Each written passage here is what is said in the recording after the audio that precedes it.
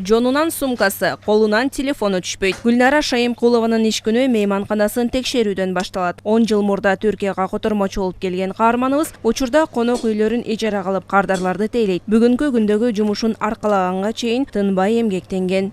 Кыргызстанда кээ бирки иштерим туура эмес болду. Бизнес жаатында иштеп көрдүм. Иштерим жакшы болбой, анан кийин туризмге кызыкчумун. Турсан Анкара шаарына спорт туризмге офиске ишке келдим. Ошол жерден котормочу болуп. Мен Стамбулду чечтим, Стамбулга келдим. Стамбулда бизден келген мамлекеттен, Кыргызстандан келгендерге котормочу болуп жүрдүм. Базарда гид болуп иштеп жүрдүм. Тосуп алам биздин кыргыздар келгенде, например, мындайда, билбеген шаарга келсе, тил билбесе, жол билбесе, муктаж болот да билген адамгачы. Анан ошону тосуп алганда эле бул жакта эч кимдин убактысы жок, барып бекер эле тосуп алайын дебейт да. Мен өзүм программамда ошо тосуп алуу бекер тосуп алам. Бизден келген клиенттериме кереккен, бир жатакана кереккен деп.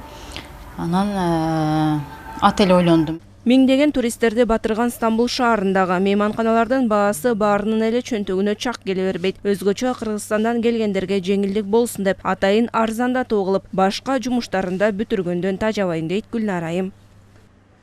Менин өзүмдүн мекендештериме дагы өзгөчө көңүл бурам, аларга убактын бөлөм, алардын көңүлүн алганга аракет кылам.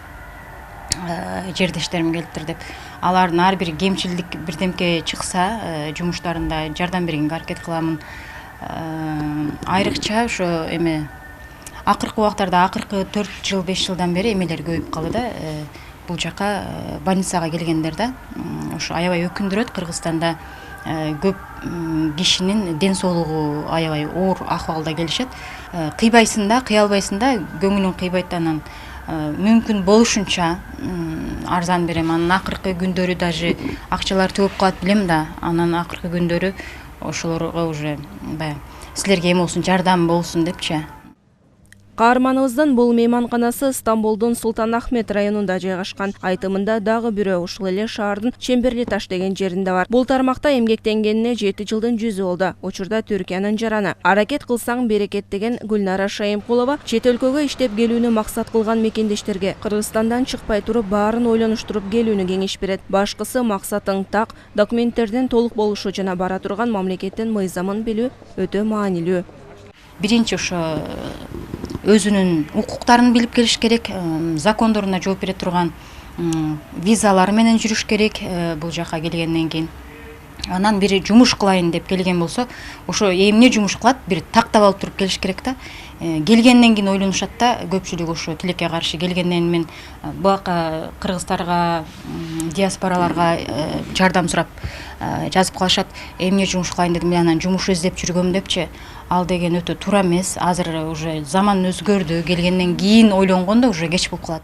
Стамбулда Гүлнара Шайымкулова өңдү. Расмий каттоодон өткөн 1300гө жакын кыргыз бар. Туристтик шаардын жалпы калкынын саны 15 миллиондон ашат. Стамбул дароо 2 континентте, Европа жана Азияда жайгашкан. Нечен доорду карткан бул тарыхый жер кезинде 3 түрдүү Рим, Византия жана Осмон империяларынын борбору. Ал эми 1930 жылга чейин Константинополь катары белгилүү. Бүгүнкү күндө тарыхый жана архитектуралык фактыларды камтыган 8000ге чукул мечит бар. Мерим Эшимбекова, Бекзат Машрапов, ЛТР, Түркия, Стамбул шаары.